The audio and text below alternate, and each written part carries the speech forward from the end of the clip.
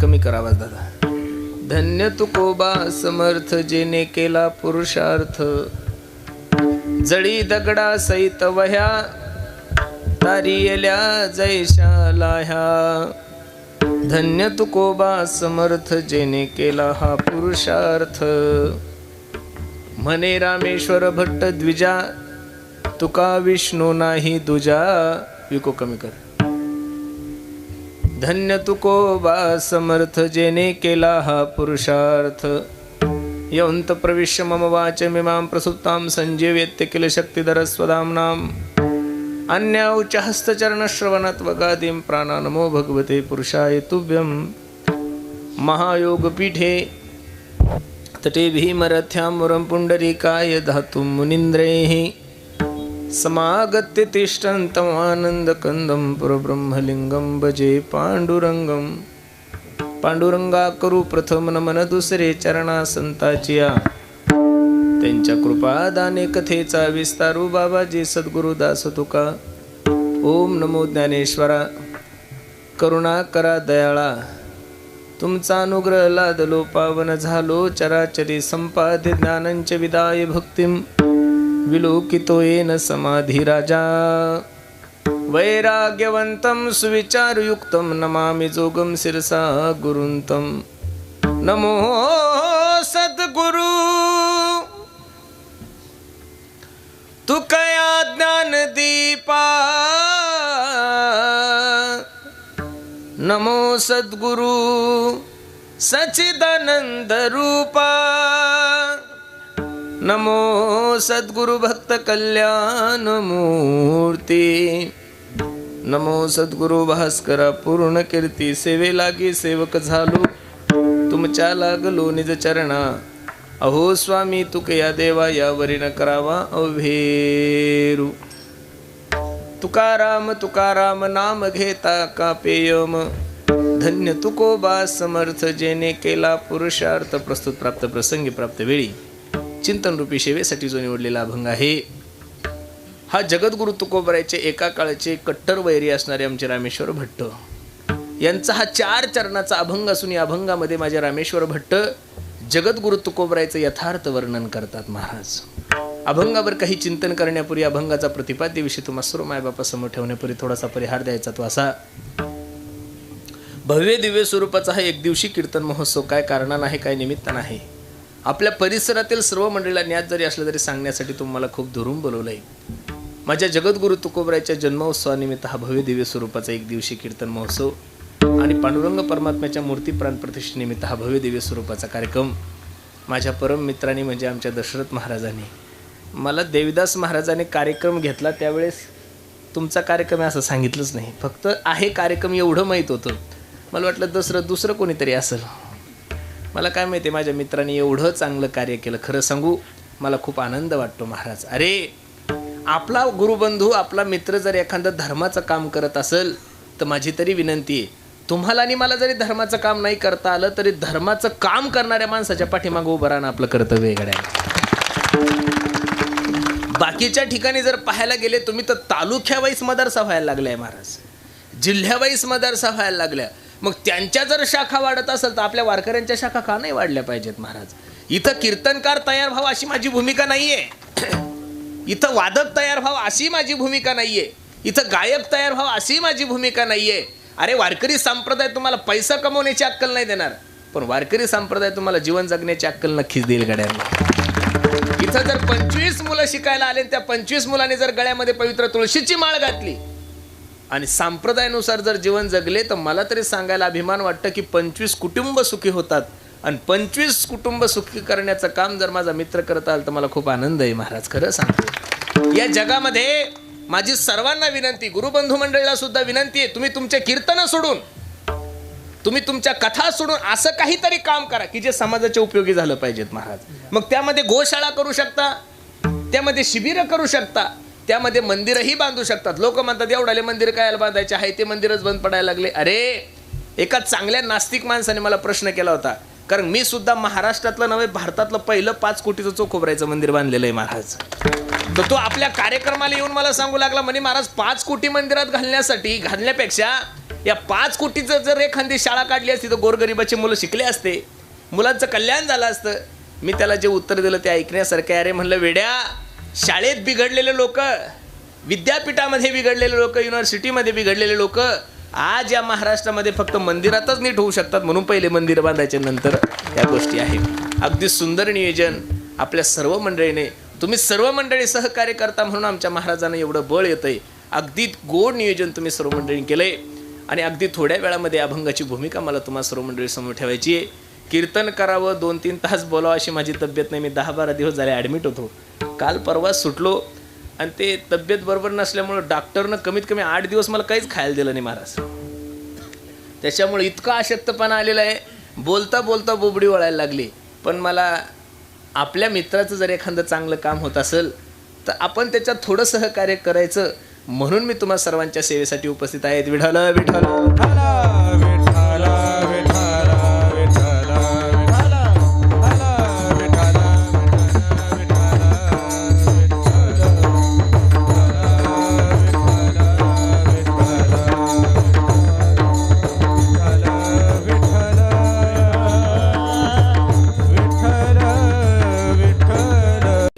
की परमार्थाचा एवढा मोठा ठेवा तुमच्याने माझ्या जीवनामध्ये प्राप्त होतोय. बसणारी मंडळी लक्ष द्या माझ्या कीर्तनाकडे. परमार्थातली कोणतीही गोष्ट माणसाच्या जीवनामध्ये प्राप्त होण्यासाठी माणसाचं अनेक जन्माचं पुण्य असावं लागतं.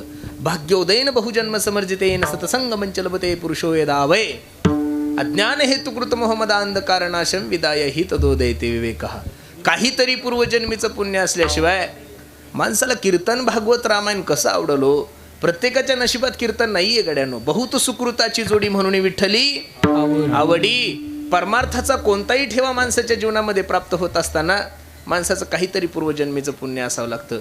एवढा सुंदर हा भोकर रोडच ना. हा एक मनुष्य 2 व्हीलरवर जात होता, एका उसाच्या ट्रकवाल्याने त्याला धडक दिली.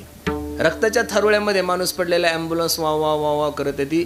ॲम्ब्युलन्समध्ये त्याला टाकलं जातं आणि नांदेडच्या सगळ्यात मोठ्या महागड्या हॉस्पिटलमध्ये त्याला भरती केलं जातं. 2-3 दिवस झाले, त्याला जाग आली, होश आली की गावातील लोक ज्यावेळेस त्याला भेटण्यासाठी जातात त्यावेळेस त्याच्या डोळ्याला धारा लागते आणि तो सांगतो, ओ दादा ऐका ना, उसानं भरलेला ट्रक होता हो, अंगावर आला होता माझ्या, 80च्या स्पीडनं माझी गाडी होती, वाचण्याचा 1% चान्स नव्हता. पण सांगू तुम्हाला, काहीतरी पूर्वजन्मीचं पुण्य आडवं आलं म्हणून या अपघातातून मला तुम्हाला एवढंच सांगायचं, माणसं अपघातातून वाचलं तरी पुण्य समजतात. काही पोरं नोकरीला लागले की बोलता बोलता म्हणतात, महाराज माझ्यासारखा विद्यार्थी या नांदेड जिल्ह्यात नाहीये, पण आज मी एवढ्या चांगल्या पोस्टला लागलो, खरं सांगू काहीतरी माझ्या वाडवडिलाची पुण्याई कामी आली.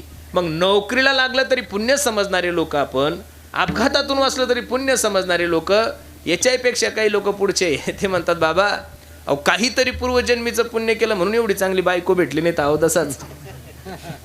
म्हणजे चांगली बायको भेटण्यासाठी सुद्धा काय लागतं, पुण्य. मग चांगल्या बायकोसाठी पुण्य लागत असेल, अपघातातून वाचण्यासाठी पुण्य लागत असेल, चांगली नोकरी लागण्यासाठी जर पुण्य शब्दाला वापरत असेल तर कर्तुम अकर्तुम अन्यथा कर्तुम जगाचा मालक पांडुरंग परमात्मा त्याच्याविषयी अंतःकरणामध्ये आवड निर्माण होण्यासाठी का बरं पुण्य नसेल लागत.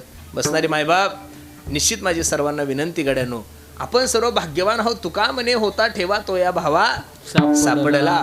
काहीतरी अनेक जन्माचं पुण्य केलंय तुम्ही आणि मी, म्हणून तुकोबरायसारख्या महात्म्याचा जन्म उत्सव तुम्हाला आणि मला साजरा करायला मिळतो.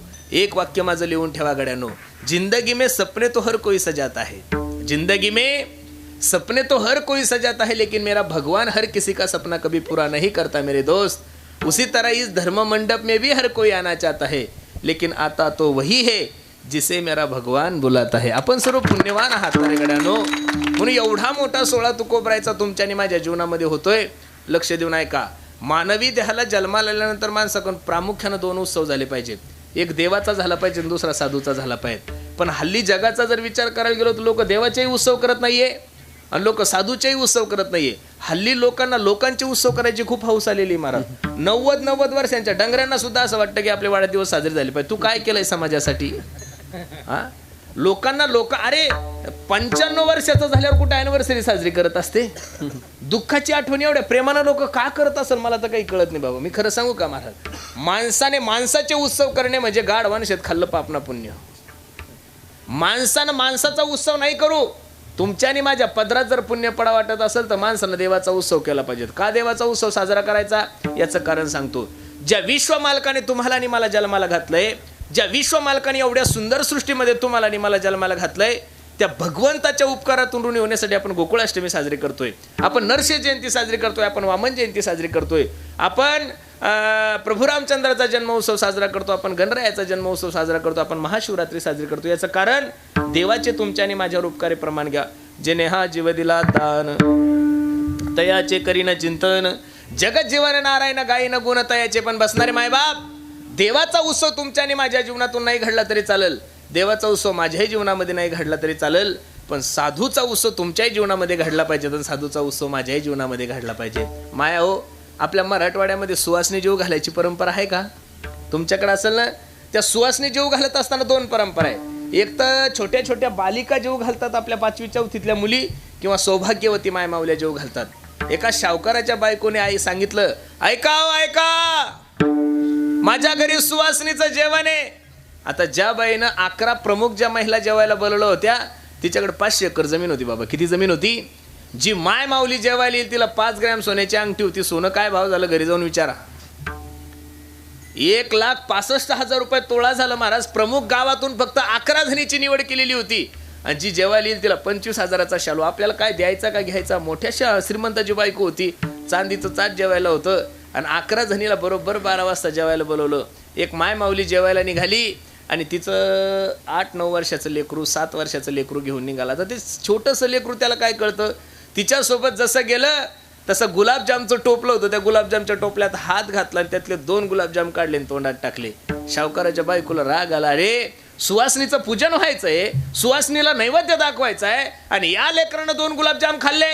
जसं त्या लेकराला घेतलं तसं 2 त्याच्या थोबडीत दिले ठेवून, आणि त्या लेकराचा हात धरला आणि त्याला घराच्या बाहेर काढलं. उदाहरण संपलं. कीर्तनाकडे या.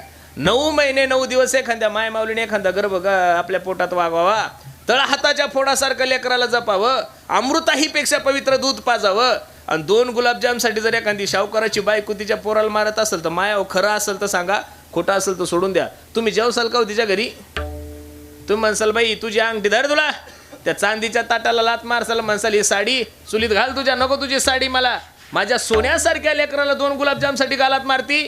ती माय माऊली जर सक्की असेल तर जेवणार, सावतरचं सांगत नाही. याच्या उलट असं झालंय, एक माय माऊली तिच्या लेकराला घेऊन गेली, आणि सोन्यासारखं गोंडगुटीत ते लेकरू पाहिल्यानंतर शावकाराच्या बायकोनं काय केलं माहितीये का? सुवासनीची पूजाही केली नाही, त्यांना पाणी दिलं नाही, चहा विचारला नाही. जसं गेली तशी त्या पोराला जवळ घेतली, आणि त्याच्या 2-3 पप्प्या घेतल्या, आणि त्या पोराला आपल्या मांडीवर बसवलं. कुठं बसवलं? मांडीवर बसवलं. आणि त्या गुलाबजामच्या टोपल्यातले 2 गुलाबजाम एका वाटीत काढले.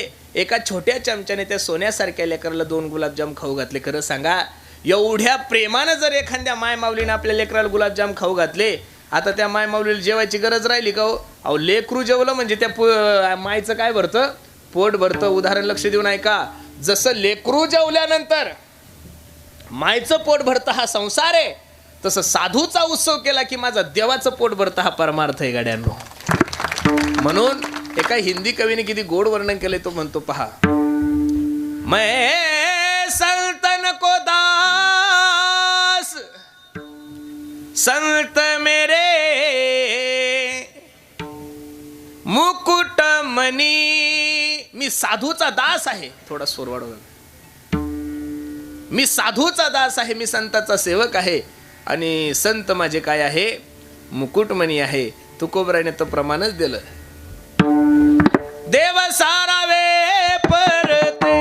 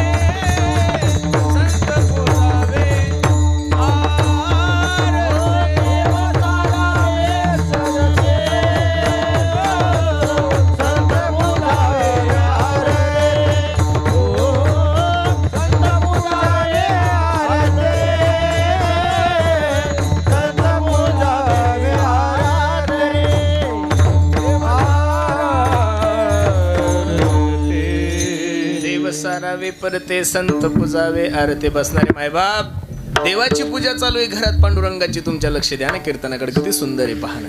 पांडुरंगाचा अभिषेक चालू आहे, पंचामृताने पांडुरंगाचा अभिषेक चालू आहे. एखादा महात्मा जर तुमच्या दरबारात आला आणि त्यानं दरवाजावर थाप टाकली, माय मी वारकरी दार उघडा, मी भगवंताचा सेवक आहे दार उघडा, तर शास्त्र असं सांगतं देवाची पूजा बाजूला ठेवा, साधूचे दार उघडा. का? देव सारावे परते संत पुजावे.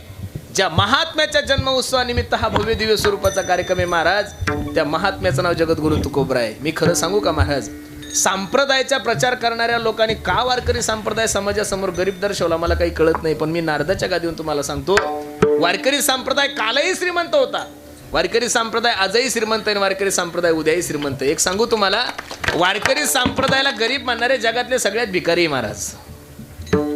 तालुक्याचा आमदार जर तुमच्या ओळखीचा असेल ना, एखादा तालुक्याचा जर आमदार एखाद्या महाराजाचा ओळखीचा असेल, तर नांदेड जिल्ह्यामध्ये त्या महाराजाची गाडी सुद्धा पोलीस अडवत नाही, एवढी तालुक्याच्या आमदाराची किंमत असते. बरोबर आहे का नाही?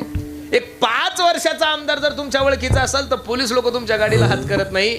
अरे या महाराष्ट्राचे हिंदवी स्वराज्याचे संस्थापक छत्रपती शिवाजी महाराज ज्यांना पाहिल्यानंतर आदिलशाही मुघलशाही थरथर थरथर कापत होती, तो राजा काही एखाद्या मतदारसंघाचा आमदार नव्हता, तो राजा काही एखाद्या जिल्ह्याचा खासदार नव्हता, तो राजा काही एखाद्या विभागाचा कॅबिनेट मंत्री नव्हता.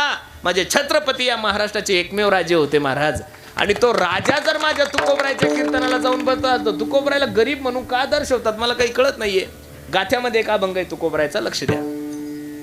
याती शूद्र वैश्य केला व्यवसाय, आधी तो हा देव कुळपूज्य, नये बोलो परी पाळिले वचन केली याचा प्रश्न तुम्ही संती, दुष्काळी अटीला द्रव्य नेला मान. असा 22, 23, 24 चरणाचा अभंग हा मालिकेमध्ये आहे. या अभंगामध्ये माझ्या जगद्गुरु तुकोबराने स्वतःचा जीवनपट समाजासमोर ठेवला. बसणारे मायबाप, ज्या महात्म्याची गावची पाटीलकी केली तरी देवाकडे तक्रार नाही केली त्या महात्म्याने. गावची शावकारकी गेली, अन्न गेलं, मान गेलं, धन गेलं, सगळं काही गेलं. अरे या वर्षी जून महिन्यामध्ये, जुलैमध्ये, ऑगस्टमध्ये, सप्टेंबरमध्ये मेघराजाने तुमच्या नांदेड जिल्ह्यावर थोडं प्रेम केलं महाराज. एवढं प्रेम केलं की या परिसरामध्ये, खाली नायगाव परिसरामध्ये नुसती सोयाबीन वाहून गेली यात नवल नाहीये, कपासी वाहून गेली यात नवल नाहीये. 10-10, 15-15 एकर लोकांचे शेत वाहून गेले महाराज. एवढी शेतकऱ्याची दहीन झाली. आणि एवढं शेत वाहून गेलं, सोयाबीन गेली, कपाशी गेली, ऊस गेला. आणि तुम्ही पांडुरंगाकडे गेले, पांडुरंगाला म्हणले का बरं झालं देवा सोयाबीन काढायचं काम ठेवलं नाहीये, बरं झालं देवा तू आम्हाला कपाशी वेचायचं काम ठेवलं नाही. अरे साधं जर जीवनामध्ये दुःख आलं तरी देवाला शिव्या देणारी जाते आपली. कट कर फोन. साधं जरी जीवनामध्ये दुःख आलं तर देवावर आरोप करणारी जाते आपली महाराज. ज्या महात्म्याची गावची पाटीलकी गेली, 4092 अभंग गाथ्यामध्ये एक अभंग दाखवा की तुकोबरायकडे तक्रार केली, देवाकडे तक्रार केली तुकोबराय नाही. उलट तुकोबराय सांगतात, बरे झाले देवा, थोडा आवाज, बरे झाले देवा दिवाळे, बरिया दुष्काळे पीडा गेली, बरिया दुष्काळे पीडा गेली. अरे जगद्गुरु तुकोबराय सारखा श्रेष्ठ संत, जगद्गुरु तुकोबराय सारखा स्पष्ट बोलणारा महात्मा परत या विश्वाच्या पाठीवर जन्माला येईल म्हणून मला वाटत नाही गाड्यांनो. माफी मागून एक वाक्य बोलण्याचं धाडस करू, थोडं करतो धाडस, पण ते खरं आहे. पांडुरंगाची मूर्ती तुमच्या समोर उभी आहे. आता जर आज पांडुरंगाने ठरवलं मला परत तुकोबराय व्हायचं, लक्ष देऊन वाक्य ऐका बरं, आज जर माझ्या पांडुरंगाने ठरवलं मला परत तुकोबराय व्हायचं, तर मी नारदाच्या गादीवरून सांगू शकतो पांडुरंगाला परत माझ्या तुकोबराय सारखं कार्य करता येणार नाही. एवढं गोड कार्य तुकोबरायने केलंय महाराज. काय महाराज, मंबाजीबाने तुकोबरायला काठीनं मारो तरी शब्दानं बोलले नाही हो. उकळतं पाणी जगद्गुरु तुकोबरायच्या अंगावर टाकलं तरी तुकोबरायने त्या बाईला नाही बोलले. जळे माझी काया लागला वनवा, धावरे केशवा माय बापा, धावरे केशवा माय बापा. माय बाप, काय तुकोबरायचं वर्णन करायचं. आज दिवसच तुकोबरायचा आहे आणि निमित्तच तुकोबरायचं आहे, मग त्यामुळे तुकोबराय सोडून दुसरीकडे काही बोलायची गरज. तुकोबरायचं जर वर्णन करायला गेलो तर अनुरेणुया थोकडा तुका आकाशा, काही साधक तुकोबरायकडे गेले आणि तुकोबरायला म्हणू लागले, बाबा अख्खा महाराष्ट्र तुमच्या नावाचा उदो उदो करतोय, अख्खे वारकरी तुमच्या नावाचा उदो उदो करताय, कळतंय आम्हाला, पण तुम्ही एकदा तुमच्या मुखातून तुमचा अधिकार सांगा ना. त्यावेळेस तुकोबराय सांगतात, वेदाचा तो अर्थ आम्हाचीच ठावा, वेदाचा तो अर्थ आम्हाचीच ठावा, येरा निवावा भार माता, माता येरा निवावा भार माता.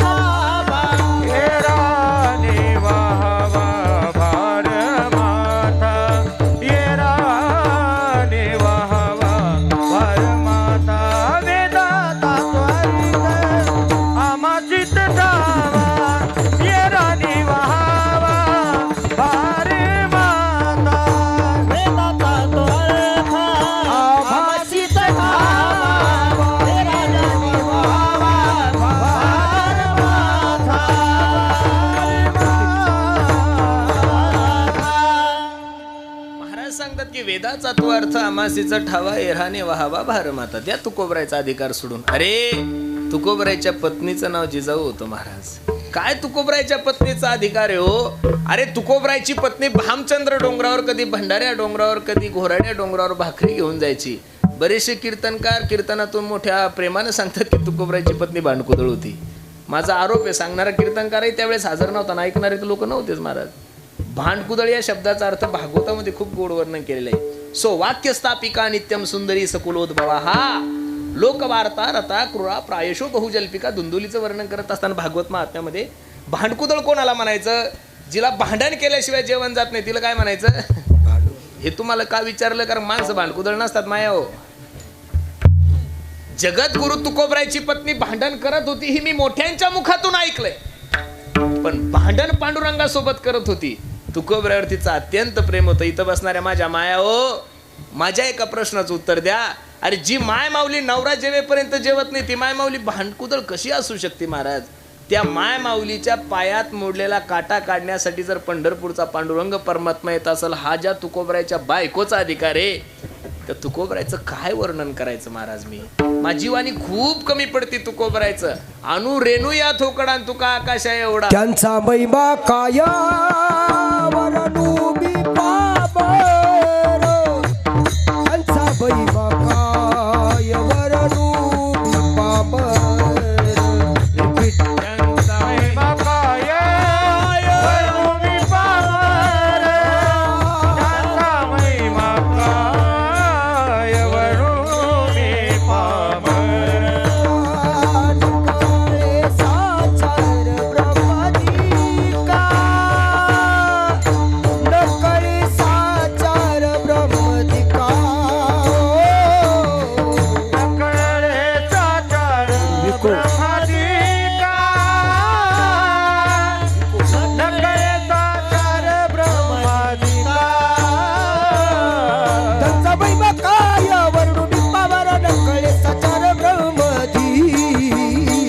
त्यांचा महिमा काय वरनु मी पाबर, त्यांचा महिमा काय वरनु मी पाबर. त्यांचा महिमा काय वरनु मी पावर, नकळे साचार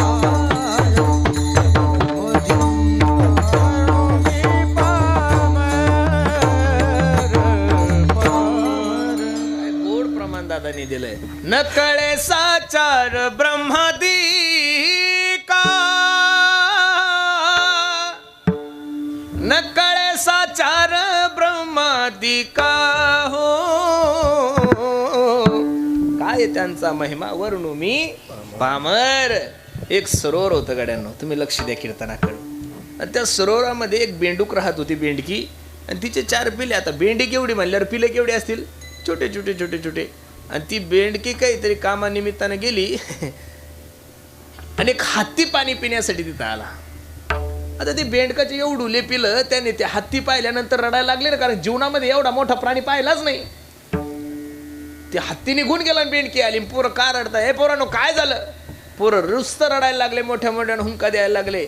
ए बाळांनो, अरे काय झालं? कशाची भीती वाटली का तुम्हाला? कोणी बोललं का? सांगा ना. काय नाही का आई?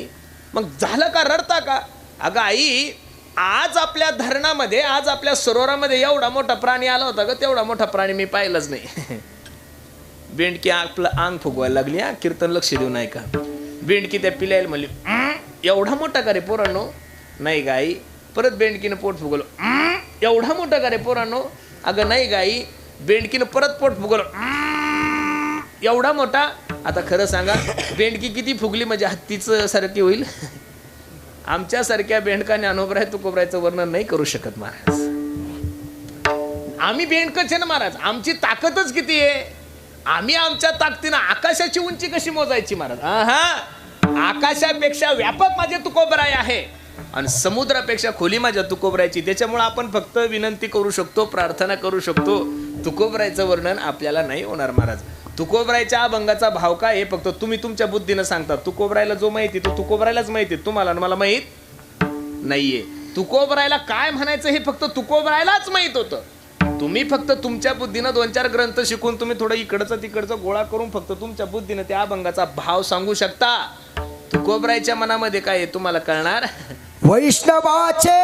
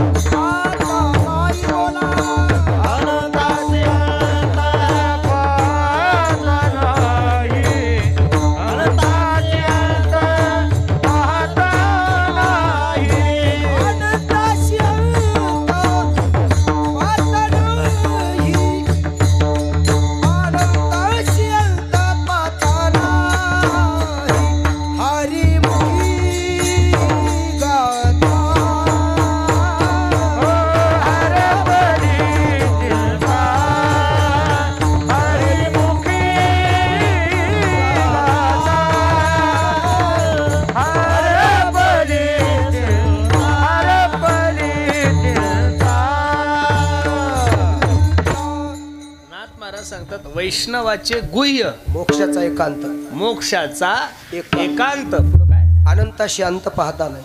अनंतासी अंत पाहता नाही. आपण कोण ठरवणार महाराज? आपण कोणाची उंची काय? माझे गुरुजी मला नेहमी सांगतात, कोण जाणे कोणा घडे उपासना. कोण उद्या माणूस कधी काय होईल काही सांगता येत नाहीये.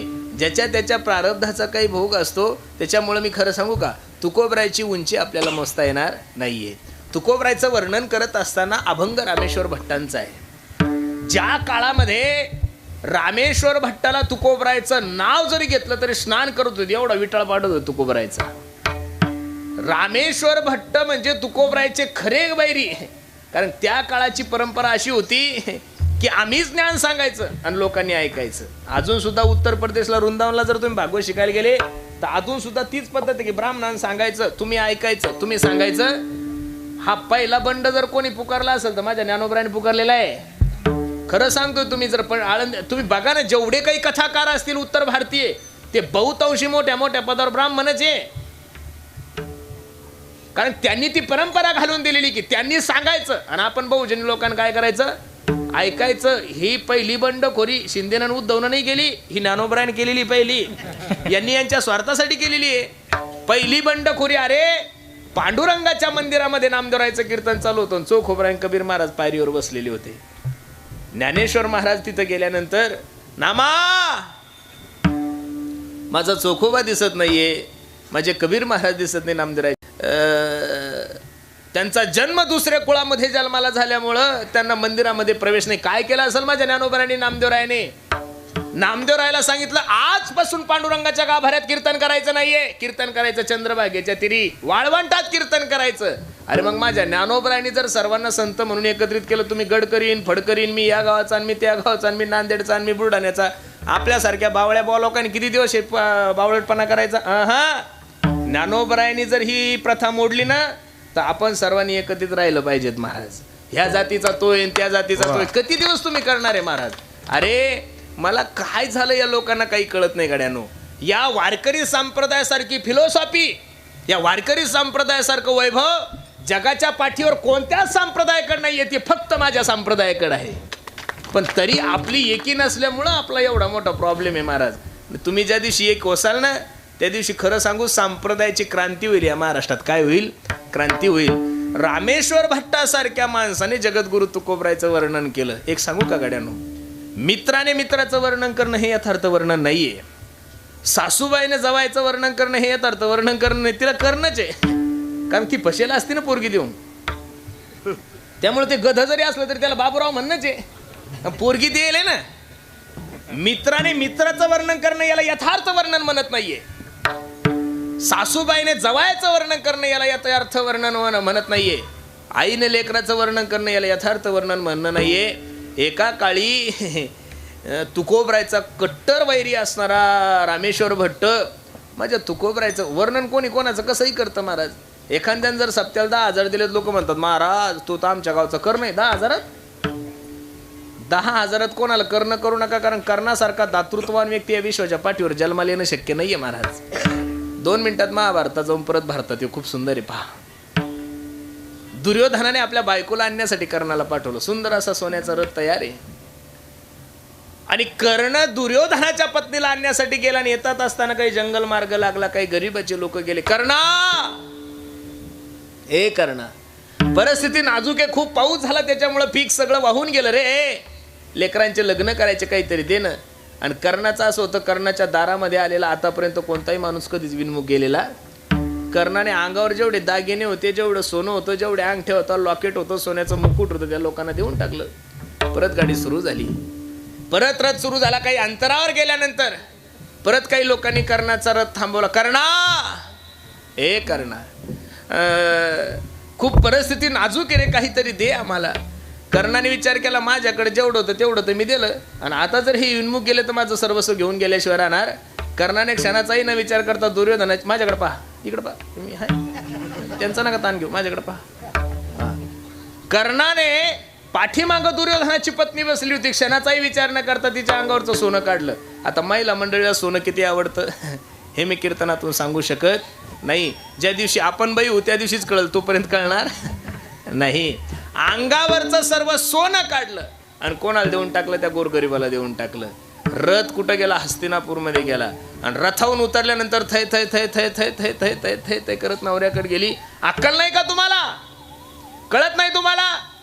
काय तुमच्या मित्राला पाठवलं? माझ्या वडिलांनी पृथ्वीतुल्य एवढ्याले सुंदर असे दागिने मला लग्नामध्ये दिले होते, ते सर्व दागिने काढले आणि कर्णाने कोणाला देऊन टाकले? त्या गोरगरीब लोकांना देऊन टाकले. दुर्योधनाने हात जोडले. बाई बरं झालं, कमीत कमी तू तर घरी आली. अगं बरं झालं, जंगलामध्ये तुला कोणी दान नाही मागितलं, नाही तर या बाबांनी तुलाही देऊन टाकलं असतं. मग एवढा जर कर्णदातृत्वान आहे तर 10,000 कोणाला कर्ण करायचं नाही. वर्णन करत असताना वर्णन करणाराही योग्य असला पाहिजे, ज्याचं वर्णन करायचं तोही योग्य असला पाहिजेत, आणि वर्ण विषय सुद्धा योग्य असला पाहिजेत. वर्णन करणारे रामेश्वर भट्ट आहे. कोण आहे? दशग्रंथी आहे, 6 शास्त्र 4 वेद रामेश्वर भट्टांचे मुखोद्गत आहे. आणि ज्याचं वर्णन करायचं ते माझे तुकोबराय आहे. आणि काय रामेश्वर भट्टाने वर्णन केलंय तुकोबरायचं? अभंग. तुकाराम तुकाराम तुकाराम तुकाराम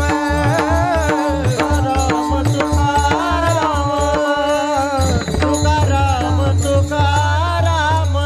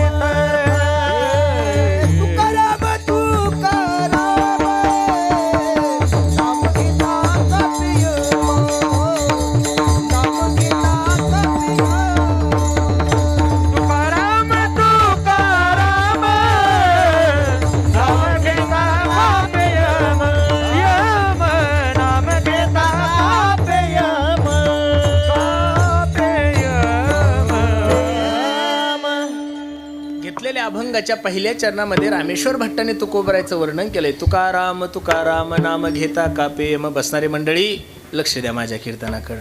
आपल्या कार्यक्रमाची शोभा वाढवण्यासाठी आमच्या आईसाहेब सुद्धा आलेले आहे आणि आपल्या विभागाच्या लाडक्या आमदार ताईसुद्धा आलेले आहे. आईसुद्धा आली आणि ताईसुद्धा आलेली. फक्त 5 मिनटं तुमचं मनोगत होईल. या अभंगामध्ये माझे रामेश्वर भट्ट तुकोबरायचं वर्णन करतात आणि हे यथार्थ वर्णन आहे. मी नेहमी मगाशी तुम्हाला सांगतो, सासूने जवायचं वर्णन करणं हे यथार्थ वर्णन नाही आहे. आमची काकू नेहमी मला म्हणायची, पुरुषोत्तम. मी म्हणायचो, काय ग काकू, कधी मुंबईला गेलं तर माझ्या जवायला भेट ना. म्हटलं बरं बरं, काय करतो गाई जवाई? काही नाही रे म्हणी, मुंबईला नेरुळा नवी मुंबईला सेक्टर क्रमांक 13ला दररोजच्या 2000 लोकांना चहा पाजतो. म्हणलं खासदार तर काही नाहीये, 2000 लोकांना चहा पाजणं एवढं सोपं आहे का महाराज? 500 लोक ठीक आहे, 300 ठीक आहे. आमदार असेल खासदार असेल तरी 2000 लोक लय झाले ना हो महाराज. माझं नशीब चांगलं, मला कोपर खेळण्याला कीर्तन होतं. मग मी काकूला फोन केला, काकू अगं मी मुंबईला आलो, मला जवाई बापूचं लोकेशन दे ना. जवाई बापूचा फोन आला, महाराज मी या ठिकाणी या. आणि मी गेल्यानंतर मला कळालं, नवी मुंबईमध्ये तो ज्या हॉटेलला वेटर होती ती मुंबईतली सगळ्यात सुंदर हॉटेल होती आणि तिथं दररोज 5000 लोक चहा पेत होते. हा तिथं कब्बाशा साफ करायला होता. म्हणजे सासून जवायचं वर्णन करणं यथार्थ वर्णन होत. इथं तू रामेश्वर भट्ट, ज्या रामेश्वर भट्टाने तुकोबरायचा गाथा पुढवण्यासाठी प्रयत्न केला. अरे आपल्या शत्रूनं सुद्धा आपल्या माघारी आपलं वर्णन करावं, याला खरं वर्णन म्हणतात महाराज. एक माणूस पोरगी पाहायला गेला. का हो, अमुक अमुक माणूस तुमच्या परिचयाचा आहे का? ज्याचं नाव घेतलं त्याचं याचा 36चा आकडा. त्याचं नाव घेतलं तरी हा विटाळ पाळायचा का हो? कशासाठी आले इकडं? काही नाही, असं असं काम होतं. आमचा मुलगा इंजिनियर झालेला आहे, त्यांची मुलगी इंजिनिअरिंग करते आणि त्यांच्या मुलीला बघायला आलो. ज्या माणसाने त्याचं नाव घेतल्यानंतर तो विटाळ मारतो, त्यानं 36 वर्ष झालं त्याचं तोंड नाही पाहिलं. तो त्या पाहुण्याला काय सांगतो माहितीये का? त्याच्यासारखा नालायक माणूस आमच्या गावात नाहीये, त्याच्यासारखा चुकीचा माणूस आमच्या गावात नाहीये. पण खरं सांगू का तुम्हाला, माणूस जरी चुकीचा असेल पण त्याच्यासारखी सुंदर पोरगी आमच्या जिल्ह्यात नाहीये महाराज. तुम्ही डोळे लावून काय करू शकता, सोयरी करू शकता. आपल्या दुश्मनाने आपलं वर्णन करणं याला यथार्थ वर्णन म्हणतात महाराज. रामेश्वर भट्ट तुकोबरायविषयी बोलत असताना म्हणतात, तुकाराम तुकाराम नाम घेता कापेयम. मी खरं सांगू का, जगात तुम्ही सगळ्या गोष्टीवर विजय मिळवू शकता, गावावर, जिल्ह्यावर, तालुक्यावर, महाराष्ट्रावर, देशावर, जगावर. पण आतापर्यंत काळावर विजय कोणाला मिळवता नाही आला महाराज. मी खरं सांगू का आमदार साहेब, सगळे लोक मॅनेज झाले पण काळ अजून कोणाच्या बापाकडून मॅनेज झाला नाही. याचं कारण सांगतो. मॅनेज होण्याच्या बाबतीत तर आपण कळसावर बांधकाम केलंय सगळ्यांनी. गाडीत बसणारे मॅनेज झाले हो. म्हणून माणसासारखी लबाड जात या जगात दुसरी, कुत्र्यावर विश्वास ठेवा, ते तुम्हाला संकटाच्या टायमाला सोडवल. पण तुम्ही ज्याच्यासोबत राहिले, ज्याच्या ताटात खाल्ले, त्याच्यासाठी बैमान झाले. म्हणून जगात सगळ्यात बैमान जात माणसाची. सगळं जग मॅनेज झालं पण अजून काही यम कोणाच्या बापाकडून मॅनेज झाला. आणि लक्ष देऊन ऐका, ज्या दिवशी यम मॅनेज होईल त्या दिवशी मोठे मोठे बुके मारणारच नाही, आपल्यासारखे गरीबच मरतील. यम न्यायला आला की म्हणतील 10 कोटी घेऊन जाईन, 10-5 वर्ष येऊ नको. यम कोणाच्या बापाकडून मॅनेज व्हायला तयार. त्याचा जर मिस कॉल आला, पुरुषोत्तम महाराज बरोबर मी 9ला 5 मिनिटं कमी असताना तुम्हाला न्यायला येणार आहे. मी जर म्हणलं अजून माझं पाकिट घ्यायचं राहिलंय, ते म्हणतील ते वर, इथं नाही. किती गोड आहे पहा. ए मन मुसाफिर तुझे जाना पडेगा, काया कुटी खाली करना पड़ेगा, उड़ जाएगा एक दिन पंछी रहेगा पिंजरा खाली. देह जाईल, देह जाईल, देह जाईल, देह जाईल, देह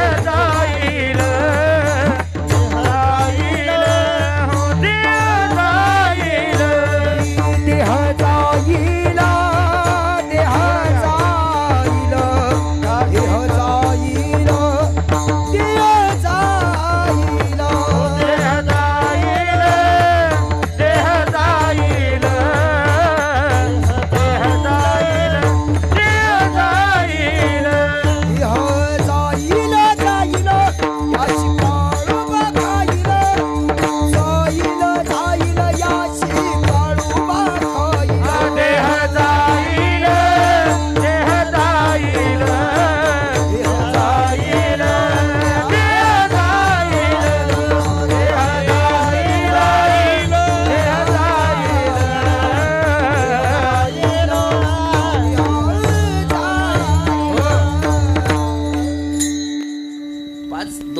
सेकंदाचा ब्रेक घेऊ. आपल्या कार्यक्रमाची शोभा वाढवण्यासाठी आपल्या विभागाचे लाडके आमदार ताईसाहेब सुद्धा आहे आणि आईसाहेब सुद्धा आलेले आहे. आईसाहेब, मी तुम्हाला आईसाहेब म्हणून का विनंती करतो, कारण की आम्ही तुमचे लेकरच आहोत, बरोबर आहे का नाही? आणि तुमचं सरकार आणण्यामध्ये आमचा 70% विभाग आहे. महाराज लोकांनी जर मध्यस्थी केली नसती तर महाराष्ट्रात बीजेपी 10 जन्म आली नसती, बरं खरं सांगतोय तुम्हाला. हे मी नारदाच्या गात येऊन सांगतो, कारण 50 मतदारसंघाचं नियोजन माझ्याकडे होतं. आमदार साहेब, माझ्याकडे पहा. एवढे लोक जर तुम्हाला जन्मायचे असेल तर कमीत कमी 50 लाख खर्च आहे. हे आमच्या नुसत्या नावावर येतात. मग आमच्याकडून काय अपेक्षा आहे? तुमच्याकडून आम्हाला काहीच अपेक्षा नाही. आम्ही कधी तुम्हाला काही आम्हाला व्यक्तिगत मागितलं अजिबात नाहीये. पण माझे मित्र आमचे दशरथ महाराज एक खूप संघर्षातून मोठी झालेली व्यक्ती आईसाहेब ही. आणि एखादं चांगलं काम जर करत असेल तर खरं सांगा, संप्रदायाच्या कोणत्या ठिकाणी चुकीचं काम झालं, अपवाद एखादी गोष्ट असते त्याच्याविषयी आपण जास्त डोकं लावायचं नाही. अरे जग म्हणल्यानंतर प्रकृती म्हणल्यानंतर दोष आलेच महाराज. एकाच आईच्या पोटी 3 मुलं जन्म घेतात. एक इंजिनियर होतो, एक डॉक्टर होतो, शेवटचं दारू पितं. मग त्या आईच्या दुधामध्ये फरक आहे का? नाही नाही नाही नाही. ज्याच्या त्याच्या प्रारब्धाचा तो काय आहे, भाग आहे. पण मला असं वाटतंय की एवढी मोठी शाखा, आता इथं सगळे दगड आहे. पुढच्या वेळेस मी आलो ना आमदार साहेब, तर हे दगड गेले पाहिजेत अशी माझी तुम्हाला विनंती आहे. त्याच्या अगोदर नाही, आम्हाला विश्वास आहे ना, ज्या लेकराच्या बापाने या महाराष्ट्राचं मुख्यमंत्रीपद भूसवलं ते लेकरू राजाची कांता, काहीच काळजी करायचं काम नाही, बरोबर आहे का नाही? आम्ही तुम्हाला हक्कानं का सांगतो, कारण इथं 150 विद्यार्थी शिकणार आहे. आज महाराष्ट्राचा जर विचार केला आमदार साहेब तर खूप अवघड झालंय. 16 ते 24-25 वयोगटातले मुलं व्यसनाधीन झालेले, आणि ते व्यसनाधीन झालेले लोक, त्यांना गळ्यामध्ये माळ घालण्याचं काम फक्त संप्रदाय करतो. त्यांना व्यसनापासून दूर करण्याचं काम फक्त संप्रदाय करतो.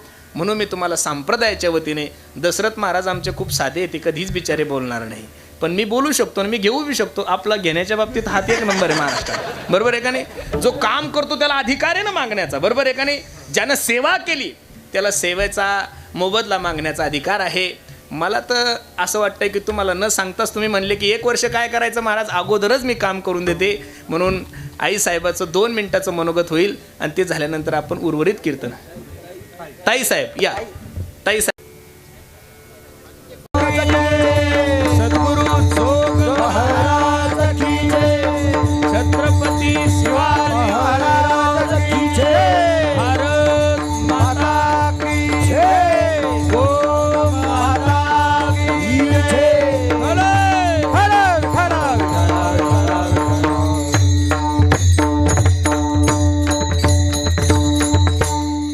सर्व विश्वावर माणूस विजय मिळवू शकतो. माझ्याकडे पहा, सर्व विश्वावर विजय मिळवू शकतो, पण आतापर्यंत काळावर कोणी विजय मिळवला नाहीये.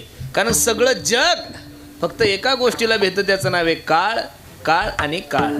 काळाला माणसाला भ्यावंच लागतं, कारण काळाच्या पुढे कोणाची सत्ता चालली नाही. एथ नाही उरो आले अवतार एरते पामर जीव किती. अरे अवतारिक लोकांना जर या मृत्यू लोकाची यात्रा संपून जाऊ लागली तर तुमचं माझं काय घेऊन बसणारे मायबाप? मग ऐका ना, असा जो जगाला खाणारा काळ आहे, महाराज सांगतात तुका म्हणे काळा हाना तोंडावरी भाता भरा हरी झुका भिला लाग कळी काळाचा, हो झुका भिला लाग कळी काळाचा, झुका भिला लाग कळी काळाचा, हो झुका भिला लाग कळी काळाचा. काळ घाय आम्ही माता दिला पाय, आम्ही माता दिला पाय, आम्ही माता दिला पाय,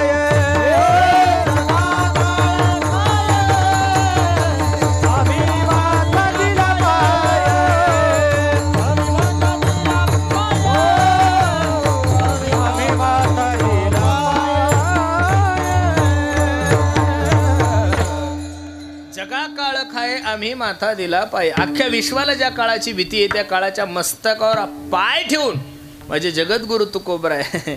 जगा काळ खाय आम्ही माता दिला पाय, आणि त्या काळावर विजय मिळवला. म्हणून रामेश्वर भट्ट सांगतात की तुकाराम तुकाराम, नुसता विजय मिळवला नाही, यमाचं तुकोबरायचं नाव जरी ऐकलं तरी यम थर थर थर थर कापत होता. हे सामर्थ्य तरी कशाचं आहे महाराज? हे सामर्थ्य फक्त भगवंत चिंतनाचं आहे. एका ठिकाणी तुकोबरायचं एक वर्णन आहे.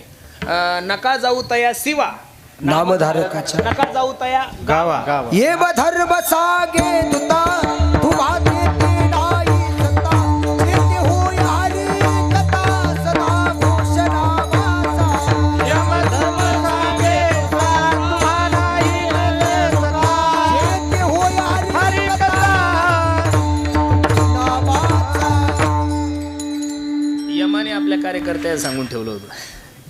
यमाने काय केलं आपल्या कार्यकर्त्याला सांगितलं ए जिथं तुकोबरायचा जन्म उत्सव चालू ते जायचं नाही बरं.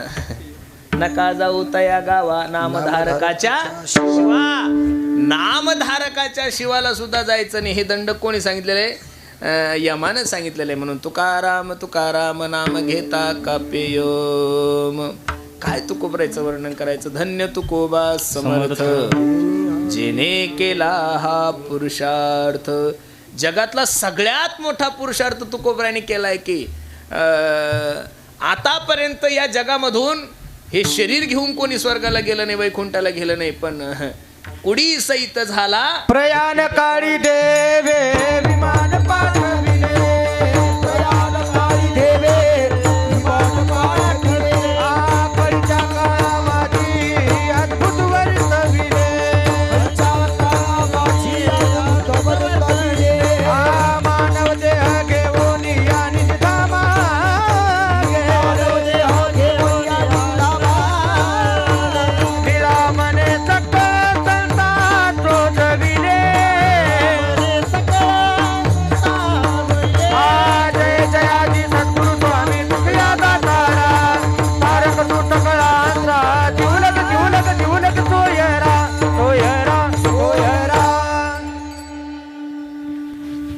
मानव देह घेऊनी निज धामा. हा पुरुषार्थ जगाच्या पाठीवर कोणालाच देवाच्या बापाला जमला नाही तर आपल्यासारख्याचं काय घेऊन बसले. हे फक्त तुकोबरायने केलंय. म्हणून धन्य तुकोबा समर्थ जेने केला हा पुरुषार्थ. तसे तुकोबरायने जे चमत्कार केले, तुकोबरायने जे पुरुषार्थ केले, देवाला सुद्धा जमले नाही महाराज. एक देवाचा पुरुषार्थ सांगतो आणि एक तुकोबरायचा पुरुषार्थ सांगतो. यशोदा मातेने भगवंताला सांगितलं कृष्णा हे कृष्णा हे गडवा घे आणि गाईचं दूध काढ. गडवा घेतला आणि गाईचं दूध काढायला गेला पण समोरून राधेला पाहिलं. राधेला पाहून भुलले हरी बैल दुबे नंदा घरी. हा गाईच्या खाली बसायचा तर बैलाच्या खाली बसला. यशोदा म्हणली बाई नक्की पोराच्या गोळ्या संपलेल्या आहे. हे कृष्णा अरे ती गाय नाही तो बैल आहे ना, वेड्यासारखं का करतो?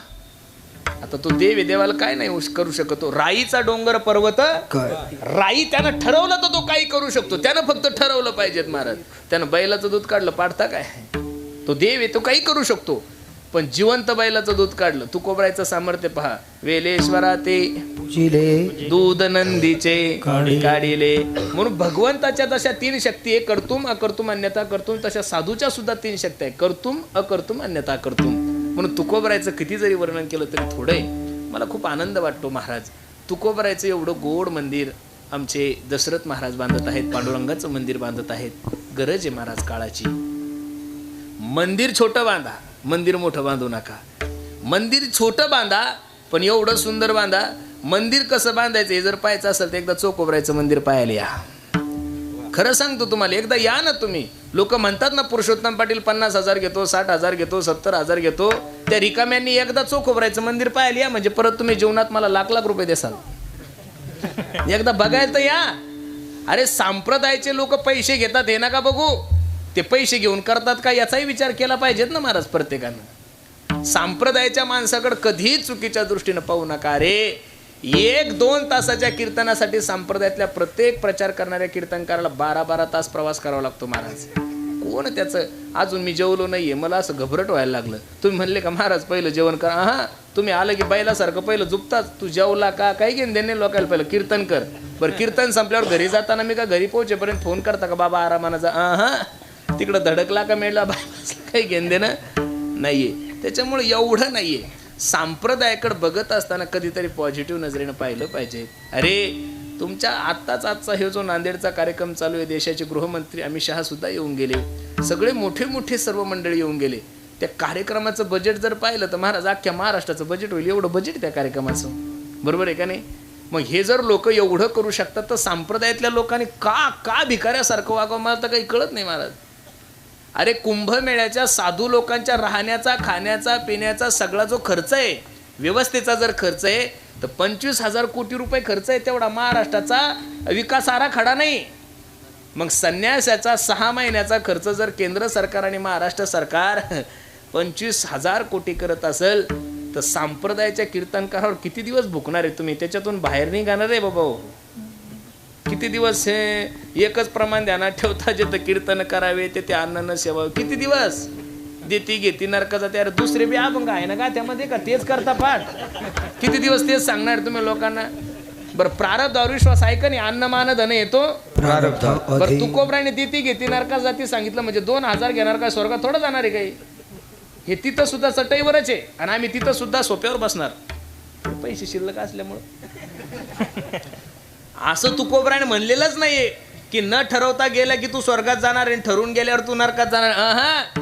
देती घेती नरकात जाती म्हणजे रुपये घेणारा सुद्धा नरकातच आहे आणि 10 रुपये घेणारा सुद्धा नरकातच आहे. अरे पैसे कोटीनं घ्या रे बाबा हो, पण कोटी रुपये घेऊन जर तुम्ही 80% धर्माचं काम केलं तर जगाचा मालक सुद्धा तुम्हाला पाप नाही लावू शकत. गड्यांना करू द्या ना, कथेचे पैसे घेऊ द्या, पण जर कथेचे पैसे घेऊन जर इथं गोशाळा टाकत असेल, एखादं मंदिरं उभारत असेल, लहान लेकरांना संस्कार देत असेल, जर शिबिरं होत असेल, परमार्थिक काही अन्नदान होत असेल, तर मी अर्धा जगा देऊन सांगतो देव सुद्धा तुम्हाला पाप लावू शकत नाहीये.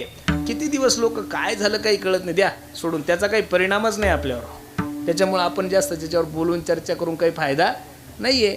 ज्याच्या त्याच्या पद्धतीनं हे म्हणजे वैराग्य नाहीये. यांना काही चेवून एवढं कसं ना आम्ही एवढं करून आम्हाला कहून नाही म्हणून हे प्रॉब्लेम. दुसरा काही प्रॉब्लेम नाहीये. त्याच्यामुळे एवढा लोड नाही घ्यायचा. संप्रदायाचा प्रचार करणाऱ्या माणसाच्या पाठीमागं प्रत्येकानं उभं राहिलं पाहिजेत, या मताचा मी महाराज आहे. उत्तर प्रदेशला जर गेले तर एका महाराजाचा आश्रम 2-2, 4-4 हजार कोटीचा आहे. वृंदावनला जर गेले, अरे एक प्रदीप मिश्रा जर तुमच्या इथं नांदेडला येऊन कथा करून जातो, 10 कोटी घेऊन जातो, त्याच्या विरोधात बोलणार कोणी? एक उत्तर प्रदेशचा माणूस तुमच्या महाराष्ट्रात येऊन जर एवढा 25 वर्षाचे लेकर, आमचा माऊली महाराज आहे, आमचा दत्ता महाराज, काय महाराज सांगा ना तुम्ही काय केलं? अरे शिक्षक रिटायर झाला त्याला पेन्शन आहे, मिलिटरीमॅन रिटायर झाला त्याला पेन्शन आहे. संप्रदाय रात्रंदिवस तुम्हाला चांगले विचार देतो, आम्हाला काय हो? 2.5 महिन्याची मुलगी महाराज त्याला. आम्ही संप्रदायातल्या सर्व मुलांनी त्यांना मदत केली, भाग आहे. पण ज्या गावाला सप्त्याला गेले त्या गावातल्या लोकांनी काही मनी ऑर्डर पाठवली का? म्हणून माझी सर्वांना विनंती आहे, हे विचार थोडे बाजूला ठेवा. तुम्हाला जर जीवनामध्ये क्रांती करायची असेल तर संकुचित विचार ठेवून तुम्ही क्रांती करू शकत. तुम्हाला विचार मोठे ठेवावा लागेल महाराज. विचार व्यापक ठेवल्याशिवाय महान यश आत्मासह महात्मा ज्याचा बोध व्यापक आहे तोच मनुष्य मोठा होऊ शकतो. जो त्याच्या तालुक्यातूनच बाहेर गेला नाही तो मोठा कसा होईल महाराज? टार्गेट जग ठेवा, टार्गेट देश ठेवा. काही लोकही हलकट आणि स्वप्नही हलकट. परवा दिवशी माझ्या एका हलकट मित्राचा मला फोन आला, म्हणे पुरुषोत्तम मला एक स्वप्न पडलं. म्हणे काय रे दादा? म्हणे मी स्वप्नात लुना घेतली. म्हणलं बावळ्या, स्वप्नात तर फॉर्च्युनर घ्यायची रे. तू हलकट आहे मला माहिती आहे, पण स्वप्न एवढं हलकट असतं का? स्वप्नात कुठं लुना घेत असते का? स्वप्नात एखादं हेलिकॉप्टर घ्यायचं आणि त्याला काही पैसे भरावं लागत नाही, त्याला काही हप्ते भरायचं काम नाही. काही केलं स्वप्न जरी पडलं तरी स्वप्नात चटणी भाकर खातात. अरे स्वप्नात तरच मला एक हाय बावळ्या, स्वप्नात तर गुलाबजाम खात जाय. म्हणून माणसाचं टार्गेट मोठं ठेवलं पाहिजे आणि त्यानुसार माणसाने जीवनचर मार्गक्रमण केलं पाहिजेत. निश्चित सत्य संकल्पाचा दाता नारायण. अरे चुकीचं काम करणारे लोक जर भेट नाही तर आपण धर्माचं काम करणाऱ्या लोकांनी का म्हणून बेलं पाहिजेत? आपण काही लोकांना चुकीचं सांगतो? संप्रदायातल्या कोणत्याच माणसाने या समाजाला कधीच चुकीचं सांगितलं नाही. म्हणून माझी विनंती गड्यानो, संप्रदायाचा प्रचार करा. तुकोबरायचं खूप कौतुक केले रामेश्वर भट्टाने. म्हणे रामेश्वर भट्ट द्विजा तुका विष्णू. तुकाराम महाराज आणि भगवान विष्णू वेगळे आरतीमध्ये सुद्धा आहे. तुकिता तुलनेसी ब्रह्म तुकासी आले म्हणून रामेश्वरी राघवे सागरात पाषाण तारिले तैसे तुकोबाने अभंग रचिले आरती तुकारामा. किती गोड वर्णन केलंय. जळी दगडा सहित वह्या तारियल्या जैशा लाह्या. जशा पाण्यावर लाह्या तरंगाव्या तशा माझ्या जगद्गुरु तुकोबरायांनी गाथा तरंगवला. अरे जो गाथा तुमच्याने माझ्या उद्धारासाठी निर्माण केलाय या माथ्यानं त्या गाथ्याचं स्वागत तर केलंच नाही गड्यानो, पण या माथ्याने तो गाथा बुडवण्यासाठी प्रयत्न केला. पण तुकोबरायांनी भगवंताची साधना केली, अनुष्ठान केलं आणि इंद्रायणी मातेतून जसा लाह्या तरंगाव्या माझ्या तुकोबरायचा गाथा तरंगला. हे ज्यावेळेस रामेश्वर भट्टाला कळालं त्यावेळेस रामेश्वर काय समाजाचा नियम आहे, जोपर्यंत चमत्कार नाही तोपर्यंत नमस्कार करत नाही. जगद्गुरु तुकोबराने हा नमस्कार चमत्कार केल्यामुळं धन्य तुकोबा समर्थ जेने केला हा पुरुषार्थ विठोबा.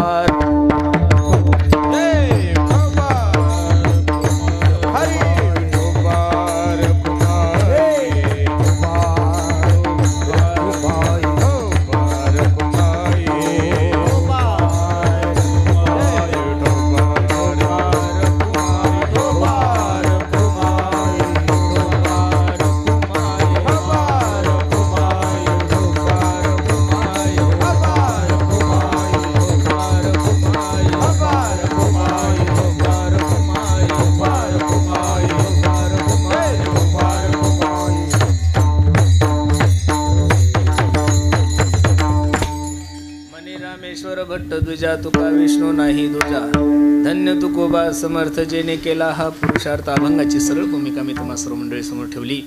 अगदी गोड नियोजन आमच्या मित्रांनी केलंय. नजर लागाव एवढा गोड कार्यक्रम आहे. खूप सुंदर संकल्प त्यांनी हाती घेतलाय महाराज. तुकोबरायचं पण मंदिर आहे दादा, तुकोबरायचं आणि पांडुरंगाचं मंदिर आहे. माझी सर्वांना विनंती आहे, हे मंदिर दशरथ महाराजांचं नाहीये, हे मंदिर त्यांचं नाही, हा आश्रम त्यांचा आहे असं मुळीच नाही समजायचं. हा आश्रम तुमचा नाही माझा आहे. म्हणून आपलं सर्वांचं कर्तव्य आहे महाराज, निश्चित आपण सर्वांनी त्याला सहकार्य केलं पाहिजे. मी तर प्रत्येक ठिकाणी करतो. तुमचं मंदिर पूर्ण झालं ना दादा, तर तुकोबरायची मूर्ती मी देतो, मी तुम्हाला कीर्तनातून जाहीर करतो. ती केवढ्याची का असे ना, तुम्ही सांगायची पैसे मी देणार. मग आता जर मी कीर्तनकार असून जर माझ्या मित्राला सहकार्य करत असेल तर आपण लोकांनी तर थोडंफार सहकार्य केलं पाहिजे. आमची तुमच्यावर दमदाटी नाही आहे गड्यांनो. आम्हाला धर्माचं काम करायचं म्हणजे आम्ही तुम्हाला पैसे नाही मागत. पण पैसे जर तुम्हाला वाटतं बा महाराजाला पैसे दिले आणि महाराज पैसे खर्च करून टाकतील, तर तुम्ही 100 गोण्या सिमेंट देऊ शकता का नाही महाराज? 50 गोण्या सिमेंट देऊ शकता ना. सिमेंट थोडं खाणार आहे आम्ही, काही चपाती सगळं नाही खाऊ शकत ना महाराज. तुम्ही विटा द्या ना, 100 विटा द्या. अरे प्रभू रामचंद्राचं राम मंदिर ज्यावेळेस अयोध्येला तयार करायचं होतं त्यावेळेस भारतातल्या एखाद्या बिझनेसमॅननं सुद्धा तेवढं मंदिर बांधलं असतं. वेडे होते का ते अयोध्येचे लोक? मग का गावगावी त्यांनी झोळी पसरली, का गावगावी 1 रुपया घेतला? याचं कारण सांगतो. अरे दिवसभर मोल मजुरी करणाऱ्या माय माऊलीनं जिला 200 रुपये रोज आहे, तिनं सुद्धा त्या 200 रुपयातले 100 रुपये अयोध्येच्या मंदिरासाठी दिले. का? की या देशातला या जगातला प्रत्येक माणूस ज्यावेळेस अयोध्येला प्रभू रामचंद्राच्या मंदिराला जाईल, ते मंदिर पाहिल्यानंतर त्याच्या मनामध्ये धारणा निर्माण होईल की या मंदिराला मी माझ्या कष्टातले 100 रुपये दिलेले महाराज. तुम्ही सर्वांनी जर सहकार्य केलं तर सोन्यासारखं मंदिर तयार होईल, सुंदर असा धर्माचं एक अधिष्ठान तयार होईल, सुंदर असे वारकरी शिक्षण संस्था इथं सुंदर होईल. इथूनच एखादा कीर्तनकार तयार होईल, इथूनच एखादा कथाकार तयार होईल, इथूनच एखादा रामायणाचार्य तयार होईल. मी मगाशी तुम्हाला सांगितलं गड्यांनो, आम्ही पैसे कमवण्याची अक्कल नाही देणार, पण जीवन जगण्याची अक्कल तुम्हाला निश्चित या व्यासपीठातून भेटल्याशिवाय राहणार नाहीये. म्हणून सर्वांना मी विनंती करतोय, तुमच्या समोर पदर पसरतोय, धर्माचं कार्यासाठी सगळ्यांनी सहकार्य करा. सहकार्य नाही करता आलं तरी चालेल, फक्त माझी विनंती काड्या करू नका. एवढं जरी नाही केलं तरी मंदिर होईल महाराज, बरोबर आहे का नाही? काड्या करू नका. हे बाकीचे लोक देणारच आहे महाराज. राजकीय क्षेत्रातला कोणता जरी मनुष्य दशरथ महाराज आला त्याला आपलंच म्हणायचं आणि त्याच्याकडून जे होईल तेवढी मदत घ्यायची. कारण तेच अजून कोणत्या पक्षाची एकनिष्ठ नाही तर आपण का राहायचं? कोणताही आला ना, सगळ्या पक्षाचे लोक बोलवायचे, बाबा आम्हाला इथं टॉयलेटची व्यवस्था करून द्या. आपल्याला पैसे थोडे मागायचे महाराज त्यांना. इथं काही गट्टू बसून द्या, इथं किचनसाठी एखादं पत्राचं सेट द्या. कारण इथं एक सांगू का गड्यानं तुम्हाला, तुमच्या प्रॉपर्टी ह्या व्यक्तिगत असतात. पुढाऱ्याची प्रॉपर्टी व्यक्तिगत असती आणि साधूची प्रॉपर्टी समाजाची असती. रात्री 12 वाजता 2 वाजता तुमची गाडी या आश्रमाजवळ बंद पडू द्या आणि रात्री 2 वाजता तुम्ही या घरात या आश्रमामध्ये या दरवाजावर थाप टाका, बाबा अहो मी नांदेडला चाललो, गाडी बंद पडली. हे बघा, ते म्हणतील बघा इथं झोपण्याची व्यवस्था आहे, 2 गाद्या आहे, मस्त आनंदात करा. तुमची गाडी रात्री 2 वाजता बंद पडली, तुम्ही तुमच्या आमदाराला फोन करा बरं. अरे आमदाराचं द्या सोडून आणि तुम्ही त्यांच्या दारात जा म्हणा, आमदार साहेब अहो आम्ही 10-5 लोक आहे, गाडी बंद पडली आमची, आम्ही तुमचे कार्यकर्ते. अहो कुत्रच गेटमध्ये येऊ देणार नाही तुम्हाला, तर आमदाराचा तर लांबचा विषय राहिला. आमदाराची प्रॉपर्टी ही त्याची स्वतःची प्रॉपर्टी आहे आणि साधूची प्रॉपर्टी समाजाची प्रॉपर्टी आहे. म्हणून सर्वांना माझी विनंती आहे, जेवढे काही या देशामध्ये आश्रम आहे ते साधू लोकांची नाही, ते तुमची आणि माझी महाराज. तिथं तुमच्या राहण्याची व्यवस्था होईल, तुमच्या खाण्याची व्यवस्था होईल, तिथं आरामाची व्यवस्था होईल. म्हणून असं समजून चला की खूप सुंदर, किती सुंदर वातावरण आहे महाराज. हवेवर आश्रम आहे. निश्चित माझे ज्ञानोबराय तुकोबराय लवकरात लवकर माझ्या मित्राची इच्छा पूर्ण करू. कारण कार्य कसं आहे, चांगलं आहे, सत्य संकल्पाचा. मग तुम्हाला होईल तेवढं सहकार्य आमच्या महाराजांना करा. अगदी निश्चित मी आमच्या महाराजांची गॅरंटी घेतो. काय असतं माहिती आहे का महाराज, आश्रम वाढले की जबाबदारी खूप वाढते महाराज माणसाला, बरोबर आहे का नाही. आणि लोक चांगले करणारे कमी असतात आणि विदूषक खूप मोठे असतात महाराज. त्याच्यातून मी गेलेलो आहे, मी लय गट झालेलो आहे महाराज. या प्रकरणातून कोणीच काही करू शकत नाही आपल्याला. त्यांना माहिती आहे हे आपल्या पुढं 10 किलोमीटर, त्याच्यामुळे आपलं कोणी नादी लागत नाही. कारण आपल्या मनातच काही नाही, जे ते तोंडातच जन महाराज. सज्जनाशी नकळे दुर्जनाची बुद्धी. आता लोक कपटीपणानं काय घात करतील काही सांगता येत नाही ना महाराज. कीर्तनात असं एवढ्या वजनात कोणी राजकारण्याला कीर्तनकार बोलल का महाराज कोणी. ती हिंमत फक्त आपल्यातच आहे, ती ताकद फक्त पुरुषोत्तम पाटलामध्ये नाही आहे ना. खरं आहे ना, महाराष्ट्रातला कोणताच पुढारी सांगू शकत नाही. खरं आहे ना महाराज, 70% योगदान आपलं आहे का नाही बाबा, आहे का नाही. मग आपण आपल्या काही बायका साड्या थोड्या मागतो यांना, का आमच्या पोरायला अंडरविली मागतो, काही मागत नाही ना आपण. आम्ही तुम्हाला धर्मासाठी सहकार्य करा म्हणतो. तुम्ही आमचे मालक नाहीये, तुम्ही आमचे सेवक आहात. कोण आहेत? सेवक म्हणून आपण त्यांना समाजासाठीच मागणार आहोत. का आतापर्यंत एवढा मोठा कोटी रुपयाचा खर्च असतो महाराज सप्त्याचा. आमच्या देवदादाला माहिती आहे. कधी एखाद्या माणसानं सांगावं की पुरुषोत्तम महाराजांनी पावती बुक छापलं, काय ताने तुमच्याकडून घ्यायचं लोकांना खाऊ घालायचं, बरोबर आहे का नाही. म्हणून आपल्या माणसाविषयी कधीतरी चांगले विचार करत जा. धर्माचं कार्य जर मोठं होत असेल, अरे सगळे लोक एकूण एकायला सहकार्य करतात. नांदेडमध्ये जर एखाद्या मुस्लिमाचं दुकान जळालं तर सगळे मुस्लिम एकत्रित येऊन त्यांना चंदा गोळा करून त्यांना दुकान सुरू करून देतात. एखाद्या जैन माणसाचं दुकान जळालं, सगळे मारवाडी जैन एकत्रित येऊन त्याला परत दुकान सुरू करून देतात. आपलं जर दुकान जळलं तर शेजारचं भजे तळून खातं. एवढे तर हलकट लोक आहे महाराज आपले. त्याच्यामुळे आपल्या माणसाविषयी सहानुभूती ठेवा, आपल्या माणसाला सहकार्य करायचं शिका. म्हणून अगदी गोड नियोजन आमच्या दशरथ महाराजांनी केलंय. नजर लागावं एवढा सुंदर कार्यक्रम आहे. माझी खरोखरच तब्येत बरोबर नाही आहे, पण आल्यानंतर एवढं चांगलं कार्य पाहिल्यानंतर एकदम आनंद वाटला. निश्चित कोणती जरी अडचण तुम्हाला वाटली तर तुमचा लहान भाऊ म्हणून मला हक्काने सांगा. नक्की मी तुमच्या प्रत्येक ओला धावून आल्याशिवाय राहणार नाहीये. केलं पाहिजेत ना महाराज, हे प्रत्येकाला नशीब नाहीये. अरे कीर्तन करून बंगले बांधणारे लय मोठे महाराज लोक आहे. कीर्तन करून व्याजानं पैसे वाटणारे लय मोठे महाराज लोक आहे. पण कीर्तन करून मंदिर बांधणारे ठराविकच, आणि त्यात माझा मित्र आहे महाराज. मग जो धर्माचं काम करतात त्यासाठी आपण नाही उभं राहायचं, कोणी राहायचं. त्याच्यामुळं हे आश्रम झाला, ही प्रॉपर्टी तुमच्या काय गावाचं नाव आहे आपल्या बारडकर मंडळी. हा आश्रम माझ्या मित्राचा नाही आहे, हा आश्रम तुमच्या सर्वांचा आहे. आणि तुम्ही सर्वांनी माझ्या ज्ञानोबराय तुकोबरायचं मंदिर वारकरी शिक्षण संस्था उभारण्यासाठी आमच्या महाराजाला तुमच्या वटीत टाकतोय. नक्की त्यांना काय करा, सहकार्य करा. थोडंफार काही झालं बी तरी आपलं लेकरू म्हणून आमच्या महाराजांना माफ करा आणि त्यांच्या पाठीमागं तुम्ही सर्वांनी उभे राहा, अशी मी तुम्हाला संप्रदायाच्या वतीने विनंती करतो. प्रत्येकाने देशाविषयी धर्माविषयी स्वाभिमान बाळगा, प्रत्येकाने एकत्रित या, प्रत्येकाने देशाविषयी जागृत रहा. सर्वांना माझी विनंती, व्यसन करू नका. दारू गांजा मत पियारो अक्कल गुम हो जाती है, अपने पलों का दाम खर्च के मुंह में मिट्टी आती है. व्यसन नका करू, एकत्रित सर्वांनी राहा, देशाची धर्माची सेवा करा आणि प्रत्येकानं आपल्या मायबापाची सेवा करा. मी दररोजच सांगतोय. आई माझी सागर दिला तिने जीवनाला आकार, तळपत्या उन्हात आणि रखरख त्या रानात, राहिली समाजासाठी तू ग कष्टाच्या घामात. कधी मिळेल मुठभर घास, कधी घडे तिला उपवास, ओल्या मातीतून चालताना तुडविले काट्याचे फास. आई माझी मायेचा सागर दिला तिने जीवनाला आकार. म्हणून प्रत्येकानं आपल्या आई वडिलाची सेवा करा, धर्माची सेवा करा, गायीची सेवा करा. अगदी गोड नियोजन तुम्ही सर्व मंडळींनी केलंय. पुनश्च एकदा सर्वांच्या चरणी मी माझा माता ठेवतो. कार्यक्रमासाठी उपस्थित सर्वच गुणीजन महाराज मंडळी, त्यामध्ये प्रामुख्यानं आमचे देवदास महाराज आहेत, ज्यांनी गोड असा पखवा जाजवला. या सर्व गुणीजन महाराज मंडळीसाठी सर्वांनी एकदा टाळी वाजवा. आज आवर्जून आपल्या कार्यक्रमाला आशीर्वाद देण्यासाठी या परिसरातील सगळे संत महंत मंडळी उपस्थित आहेत. त्यांच्याही चरणी मी माझा माता ठेवतो. ज्यांची गोड अशी माईक सिस्टीम आहे, त्यांच्याही चरणी मी माझा माता ठेवतो. तरोड्याहून आमच्या बंधुवत प्रेम करणारा आमचे मित्र दादा, लक्ष द्या बरं आमच्या दशरथ महाराजाकडं. तुमच्या बी आमदाराला सांगा, बरोबर आहे का नाही? सगळ्यांनी सगळ्याला सांगा ना, आपलं काम किती चांगलं होईल याच्यासाठी प्रयत्न करा. हे बघा, धर्माचं काम करणारे लोक नाही भेटणार हो महाराज तुम्हाला. अरे ज्याने संसाराचा विचार केला नाही, मायबापाचा विचार केला नाही, काही नाही केला, आणि ज्यानं धर्मासाठी आपलं जीवन समर्पित केलं, आपण त्याच्यासाठी उभं राहिलं पाहिजेत का नाही महाराज? अरे मग तुम्ही हिंदू म्हणून जर हिंदूच्या मागाने उभे राहणार तर आपल्या पाठीमाग उभे तरी कोण राहतील? म्हणून सर्वांना माझी विनंती आहे, इथं अजिबात कोणत्याही प्रकारचा विकार अंतकरणात न आणता आमच्या महाराजांच्या पाठीमागं आपण सर्वांनी उभे राहा, अशी मी तुम्हाला हात जोडून सर्वांना विनंती करतो. जाता जाता सर्वांना एक छोटीशी विनंती करतो. आम्ही ज्या परिसरामध्ये राहतो त्या परिसरामध्ये एक छोटीशी गोशाळा सांभाळतो.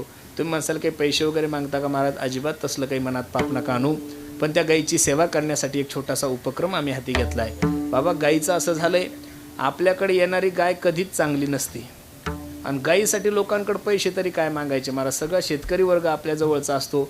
मग त्या गायीची सेवा कशी करायची आमच्या पाचपुरा बाबांनी सांगितलं होतं. लोकांना पैसेही मागायचे आणि गायीची सेवाही झाली पाहिजे. त्यासाठी आम्ही गायीच्या याच्यामधून सुंदर अशी वारकरी अगरबत्ती तयार करतो. जिथं कीर्तन असेल तिथं अगरबत्ती देतो, आणि त्याच्यातून जो पैसा येतो त्यातून गायीच्या चाऱ्याची आणि पाण्याची व्यवस्था होते. 8 वर्ष झाले 1 रुपयासुद्धा लोकांकडून कधी मागण्याची गरज पडली नाही आहे. म्हणून समोर क्रीटा गाडी उभी आहे, प्रत्येकानं घरी जाताना एक अगरबत्तीचा पुडा घेऊन जा. त्याच्यातून आलेला पैसा हा फक्त आणि फक्त गोमातेसाठीच जाईल, याची शाश्वती नारदाच्या गादीवर देतो. ज्ञानेश्वर.